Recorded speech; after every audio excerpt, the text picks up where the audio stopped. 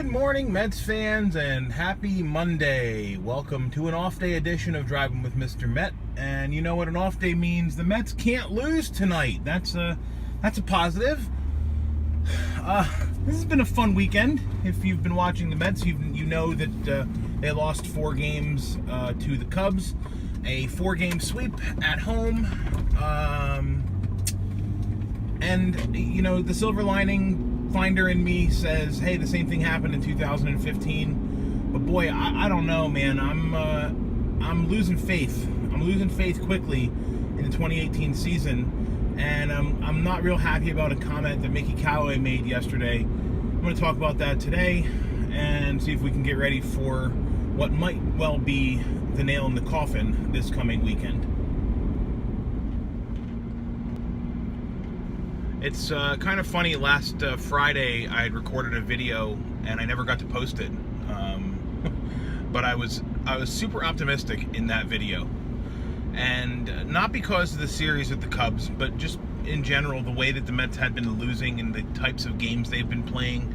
They've all been close games, and they've all been really tight games, and they've all been games really over the last 2 weeks that the Mets could have won had one or two things gone the way they were supposed to. And that's, you know, either been the bullpen or the offense. The starting pitching has been really good over the last 2 weeks. Certainly they've all pitched well enough to have pitched the team toward wins. But, you know, either the bullpen or the offense, or in some cases both, just couldn't get things together. And the attitude I had on Friday, which was like, hey, the Mets can turn this around. Frazier's coming back, Cespedes is coming back, Swarzak is coming back. None of that stuff changed, but my attitude is different. I feel like this weekend series, the Mets were running on fumes, and maybe because they were. They're dealing with a litany of injuries. I think they have 10 guys on the DL now. You know, they just looked very sluggish, especially yesterday, and Keith actually called them out on the broadcast, and he actually said that the Cubs out-hustled the Mets, and I think he was right.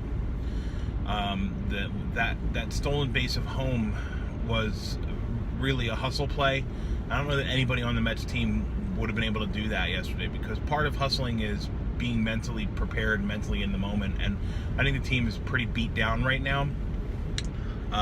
Feeling like no matter what they do, you know, the three-headed monster, starting pitching, bullpen, and offense, and I guess you could probably throw defense in there as well, make it a four-headed monster, but one of those four heads is always going to do something wrong every night, it seems.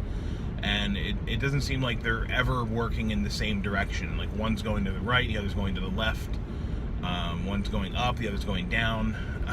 It's been tough to watch, and it's been a pretty low stretch, with not a lot of positives, other than, for me, looking at the starting pitching, looking at how Zach Wheeler has really turned himself into a decent quality back end of the rotation pitcher. I think he's pitched 6 innings or more in each of his last 4 starts. That's exactly what you need out of a guy like that. His ERA, while it's high on the season, is a little bit more toward the norm over his last few starts. He threw 7 innings his last time out. I mean, what more can you ask? At that point, all you're asking for is for the bullpen to get 6 outs, and they can't seem to do it. At least not without giving up 6 runs first. Even Friday, where, you know, I think that was the Wheeler start. Was it? I don't know. It doesn't matter. Whoever started, the Mets lost. But even in that start, it was like everything was going so well. Or was it Matt's? I don't know. It doesn't matter who it was. Everything was going so well. Oh, it was the Lugo game. That's right. Lugo started Friday. Did he, or did he start Thursday? Boy, am I verklempt here. Again, doesn't matter. Whoever started Friday pitched well. It might have been Wheeler. It might have been Lugo. I don't know who it was. But whoever it was pitched really well. Certainly well enough to win. Through the 7 innings, Paul Sewald comes out of the bullpen and immediately opens up the floodgates, and the Cubs start scoring. And then Jerry's Familia pitches the next inning. He allows 4 batters in a row to reach. The Cubs keep scoring. So it's like, it doesn't matter what they're doing and who's doing what. One of those heads is going in the wrong direction. And it sucks. Even yesterday, Steven Matz pitched a hell of a game, but the Mets offense just could not get the ball rolling. It's extremely frustrating. But again, today is an off day. Perhaps this will be a day where the Mets gather themselves, collect themselves, brush the dirt off, and pull themselves up and say, that's it, the slide ends now. They're 3 games under 500. That was sort of the point of my video that I recorded on Friday, that despite the turmoil over the last month, the Mets had still yet to be under 500 on the season. Well, naturally, even though you didn't hear it, I spoke too soon. They dipped under 500 immediately after that. And they're now, like I said, 3 games under. They're not far enough under to really like throw in the towel now. But for me, if things don't start trending in the right direction, I'm afraid that it's going to be too late when Cespedes comes back for the team to get back into things. Speaking of back, I just want to really quickly touch on Jay Bruce.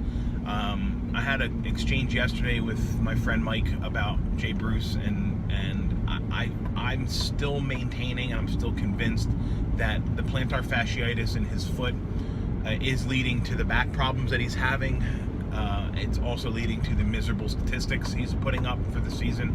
His numbers are awful, on pace to have his worst season in his career.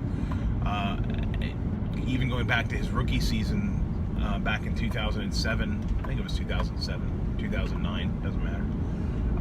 Bruce has never produced as poorly as he's producing right now, of course. With the rest of the sluggers and bats out of the lineup, of course the Mets have one left, it's Bruce, and he's not hitting. So, but I do think it's injury related. I wish that the team would find some way to put him on the disabled list. Yesterday, after the game, Mickey talked about how Bruce is healthy. He says he's fine, and I just don't buy it. There's got to be some other explanation. There's got to be some explanation, rather, that explains why he's not hitting. And I think it's the foot. I think it's the plantar fasciitis. I think it's bothering him. I think it's causing him to alter the way he runs. I don't know if it's affecting his stance, but the way he's running clearly is affecting his back, because that's why he's got this back spasms and this back tightness. It's all related. When injuries happen, you see this sort of stuff happen. It's why, despite having to miss Syndergaard's start, I'm glad that the Mets put him on the DL, because all he has to do is alter that delivery a little bit to accommodate for the finger that's bothering him, and it can throw his shoulder out of whack, and it can end his season. So I think the Mets were smart to DL him, and frankly, I also think the Mets were smart to have Steven Matz come out of that game last week when his finger was bugging him. But anyhow, last but not least, Mickey Callaway made a comment yesterday that he said he didn't come out and say I blame the city, but he said I think the players put too much pressure on themselves playing in New York City because the fans demand so much of them. I'm paraphrasing, that wasn't his exact quote, but that was the crux of what he was saying. And Mickey's got to be really careful now with the way he's talking about this, because it does not take long for the New York fan base and for the Mets fan base to turn on their manager. If you follow Twitter, you know that there's already a contingent that blames him for everything that's been going on. So they did this with Terry Collins. They're going to do it with Mickey Callaway. They would do it with the Pope if the Pope were the manager of the Mets. Doesn't matter who it is. They're going to be criticized for doing something wrong in the eyes of some subset of Mets Twitter. So just a word of caution for Mickey Callaway. He's got to figure out a way to back away from those comments and put them to bed, because while I understand what he's trying to say, that New York is a pressure cooker and the fans demand greatness, as Mets fans, we haven't had greatness in a while.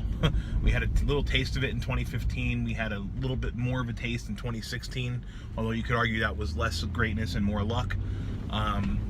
But the Mets fans are really looking for something super positive, and that's why they're so passionate. That's why they're so.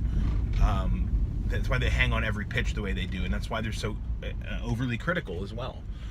It comes with the territory. The players who signed here, the manager who signed here, they knew what they were getting into when they signed to play for and manage the New York Mets. So you can't go blame the fans of New York for this current slide. And that's the only thing I wanted to say about that. So I don't think Mickey meant anything bad by it. I really don't. I don't think he's like throwing the fans under the bus or anything. But it comes off pretty bad the way he said it.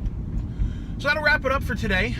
No game tonight, so I will not be back tomorrow. Again, the Mets can't lose, so let's take that with a grain of salt and be glad that there will not be another L to suffer through this evening. Speaking of L's, the Mets play 2 games this week in Baltimore against the team with the most L's in baseball. That'd be the Baltimore Orioles. They are the worst team in baseball, at least by record. So naturally, when the Mets go into Camden Yards to play 2 games, they're going to struggle mightily to either score or keep the Orioles off the board. It won't be an easy 2-game set. I just hope the Mets, again, can right the ship. Todd Frazier should be back in the lineup, which probably means we won't be seeing Jose Reyes anymore. And I wish Jose the best, but I suspect that he will be DFA'd on on Tuesday, tomorrow, when Frazier is activated. After the 2-game set with Baltimore, the Mets come back home, day off on Thursday, and welcome in the Bronx Bombers, the Yankees, for what could be a really painful 3-game series. But hey, we'll see. Who knows? Stranger things have happened with this team and with baseball. That's why they play the games. Perhaps the Mets will welcome in the Yankees and the pitching staff can shut them down.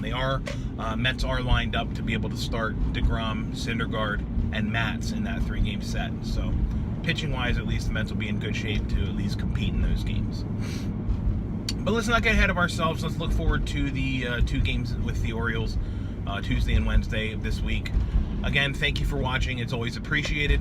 You can follow me on Twitter at Mr_Met. And as always, let's go Mets.